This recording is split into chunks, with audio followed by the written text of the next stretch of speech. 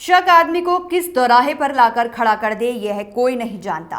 हालात पूरी तरह बदल जाते हैं और पछतावे के अलावा कुछ भी हासिल नहीं होता। यह कोई अफसाना नहीं बल्कि हकीकत है। इससे दो चार होना पड़ा दयालबाग के रहने वाली सरलाबाग में नीरज को।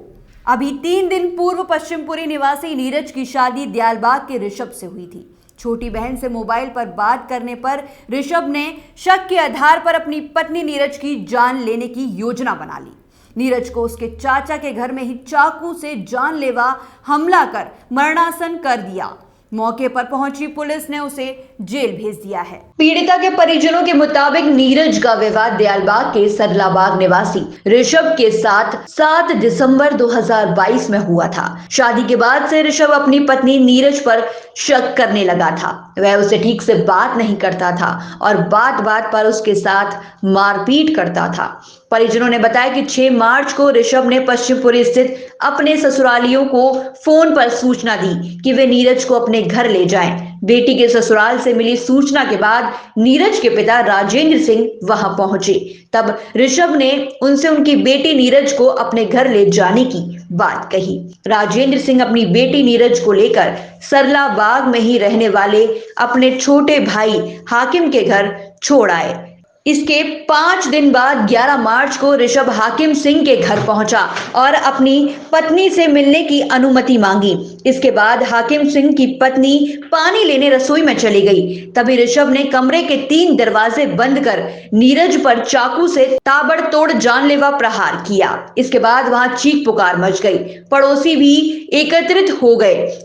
घटना की सूचना पर पुलिस भी मौके पर पहुंच गई और पीड़िता को इलाज के लिए अस्पताल भिजवाया। पीड़िता की तहरीर पर पुलिस ने आरोपी के खिलाफ मुकदमा दर्ज कर जेल भेज दिया है। पीड़िता के पिता राजेंद्र सिंह का कहना है कि नीरज पर अकेला ऋषभ ही जुर्म नहीं ढा रहा था, बल्कि उसके माता पिता भी उसके साथ मारपीट करते थे। जी ऐसा है, ऋषभ जो 11 तारीख को दयालबाग बेटी से मिलने के लिए आया था और वो कह रहा था मैं बेटी से 2 मिनट बात करूंगा फिर मैं चला जाऊंगा। तो नीरज की चाची ने इसको चाय भी पिलाई और चाय पिलाने के बाद में फिर बोला मैं पानी पीना चाहता हूं। तो जे अपनी किचन में पानी के लेने गई तो इन्होंने वो चटकनी लगा दी किवारों की, 3 दरवाज़ों की चटकनी लगाई और चाकू निकाल लिया। बैग में जो छुपाकर चाकू ले गया था वो निकाल लिया और वार करना शुरू कर दिया चाकू से। तो नाक पे भी चोट आई, गले पे भी चाकू मारा है, दोनों हाथों में चाकू मारे हैं और कई चाकुओं से वार किए और लड़की बेहोश हो गई थी। पड़ोसियों को फिर नीचे से बुलाकर दरवाजे तोड़े गए और जब उसको बचाया उसकी। पुलिस कितनी देर में पहुंची? उसके बाद में पुलिस आई थी, 10 मिनट के बाद में पुलिस भी आ गई थी। फिर उसको हॉस्पिटलों में ले गए थे, पुष्पांजलि हॉस्पिटल में भर्ती कराया गया था। और मैं चाहता हूँ कि मेरी बेटी को न्याय मिले और मैं बहुत परेशान हूँ। आखिर ऐसी क्या सनक उस पर छूटी कि उसने जो है बेवजह वो मेरी बेटी पे शक करता था और शक के आधार पे उसने एक तरह से रंजिश सी बांध रखी थी।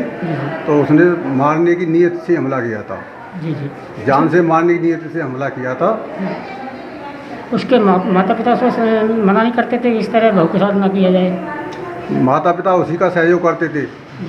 उनकी नज़र में जो कहते थे हमारा बेटा कोई गलती नहीं कर रहा है और उसने हर दूसरे तीसरे दिन पिटाई लगाता था। क्या नाम है, क्या करता है? वो करता कुछ नहीं था, ऋषभ चौधरी नाम है, बंसी विहार में रहता है, फेज 2 में 6 नंबर में। क्या काम क्या करता है सर?